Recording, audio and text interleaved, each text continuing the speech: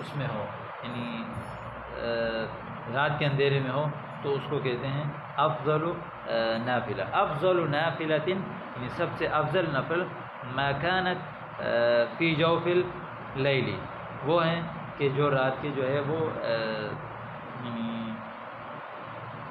رات میں ہو، یعنی آخری حصے، جو رات کے جو آخری حصہ ہوتا ہے اس کو کہتے ہیں جوف اللیل، رات کے آخری یعنی آخری تہائی کو. الجنۃ افضل غایۃ ینشدها العبد، یعنی ینشدها العبد، تو یعنی جنت جو ہے وہ سب سے افضل مراد ہے ینشدها العبد فی دنیا ہو، جس کا جو ہے وہ بندہ اپنی دنیا میں جو ہے وہ طالب ہوتا ہے. یعنی طالب کو کہتے ہیں نشدہ، یعنی ینشدو یعنی کسی چیز کو طلب کرنا، یعنی مانگنا، اس کو کہتے ہیں ینشدوہا، یعنی اس کو مانگتا ہے بندہ فی دنیا ہو، اپنی دنیا میں. یا اخی افضل صدیق، یعنی یا اخی انت یا اخی افضل صدیق فی الصف، آپ کلاس یعنی سب سے اچھے دوست ہیں میرے کلاس میں. انت افضل صدیق فی الصف. احب طعام لدی والذ، سب سے اچھا کھانا اور سب سے لذیذ کھانا میرے نظر میں، یا احب طعام لدی سب سے محبوب ترین کھانا، یا والذ وجبۃ عندی یعنی سب سے لذیذ کھانا میرے نظر میں، یل آگے جو ہے آپ سمک، یل یعنی ہی اللحم، جو بھی آپ کا پسندیدہ گانا ہے. لأنت یا اخی آنس فرد الی فی قلبی. آنس یعنی آنس یعنی انس یأنس یا انس یأنس ضرب یضرب سے مانوس ہونا، یعنی آپ جو ہے وہ سب سے محبوب ترین آدمی ہیں میرے دل کے. لأنت یا اخی آنس فرد الی قلبی. ألذ طعام یخطر فی مخیلتی، یعنی خطر یخطر یعنی یجول یعنی گھومنا، یعنی سب سے لذیذ ترین کھانا جو میرے خیال میں گھومتا ہے الآن ابھی الطعام الذی یعنی الطعام الذی اعدتہ امی.